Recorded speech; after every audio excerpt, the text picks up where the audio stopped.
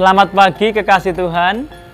Mari bersama-sama kita satu dalam doa. Bapa sumber hikmat, sumber pertolongan kehidupan kami, sumber keselamatan kami, berkatilah kami semua yang pagi hari ini hendak merenungkan sapaan firman-Mu. Tolonglah kami dengan kuasa Roh Kudus. Di dalam Kristus kami memohon. Amin. Ibu bapak saudara di dalam Tuhan, marilah kita merenungkan kitab Yunus bab 2 ayat 1 sampai 10. Di mana kita akan merenungkan bacaan kita ini dalam tema keselamatan adalah dari Tuhan. Kekasih Tuhan, bacaan kita menceritakan tentang doa ucapan syukur Nabi Yunus. Selama 3 hari, 3 hari 3 malam berada dalam perut seekor ikan besar. Tentu saja kita sudah paham mengapa Nabi Yunus sampai berada dalam perut ikan besar itu. Intinya akibat dari kekerasan hatinya, keegoisan Nabi Yunus, pemahaman yang sempit, sehingga Nabi Yunus melarikan diri dari panggilan Tuhan yang diutus Tuhan untuk memberitakan berita pengampunan dosa kepada bangsa Niniwe, bangsa yang besar, ibu kota kerajaan Asyur. Saudara di dalam Tuhan, namun setelah menyadari akan sikap egoisnya, Yunus berbalik dan memanggil Tuhan menolongnya. Tuhan yang disembah Nabi Yunus dan seluruh kaum Israel adalah Allah yang Maha Pengasih dan Maha Penyayang kepada semua bangsa. Kekasih Tuhan, dalam doa syukur itu Nabi Yunus hanya bisa berserah dan mengakui kemahakuasaan Tuhan pada dirinya. Yunus merasa tidak nyaman terkurung dalam perut ikan besar itu, dan itu kondisi yang benar-benar tidak menyenangkan bagi dirinya. Namun demikian, sekali lagi Nabi Yunus sungguh-sungguh mengakui segala dosanya di hadapan Tuhan. Pengakuan akan kemahakuasaan Tuhan itu digambarkan jelas dalam doa ucapan syukurnya. Kekasih Tuhan, minimal ada 2 hal yang diungkapkan Nabi Yunus terkait dengan sifat Allah di dalam doa syukurnya. Yang pertama, Allah itu maha mendengarkan doa. Allah itu maha pendengar doa. Itu yang pertama. Sesungguhnya Allah itu mendengar doa Nabi Yunus dan bertindak menyelamatkannya.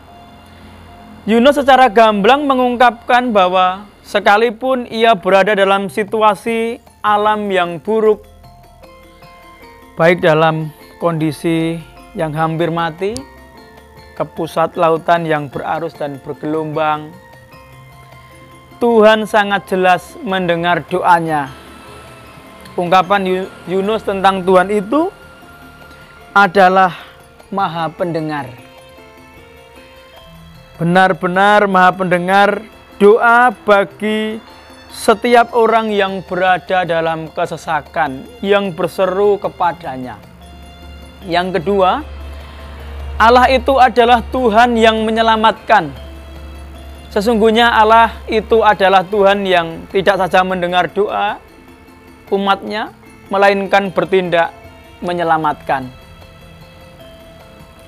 Dalam doanya Nabi Yunus berkata pada Tuhan bahwa sekalipun air telah mengepung dan mengancam nyawanya, lumut laut membelit kepalanya, ia tenggelam jauh di dasar bumi dan merasa letih lesu pada hidupnya, Tuhan secara diam-diam bertindak cepat menolong, bertindak tepat pada waktunya, bertindak menyelamatkan nyawanya.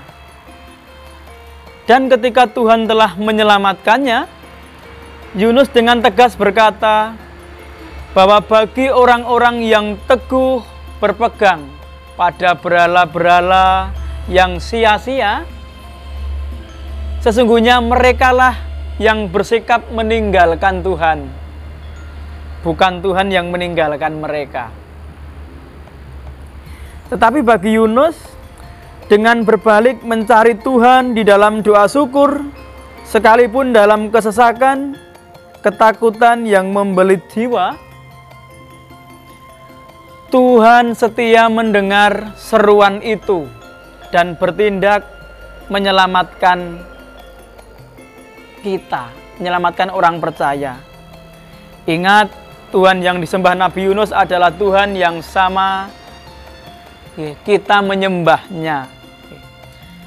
Kalau sikap Tuhan bertindak menolong Nabi Yunus, maka percayalah bahwa Tuhan pun pasti menolong dan menyelamatkan kita, umatnya yang sungguh-sungguh percaya kepadanya dari kondisi kepanikan, dari kondisi ketakutan, dari kondisi kegelisahan dan kesesakan.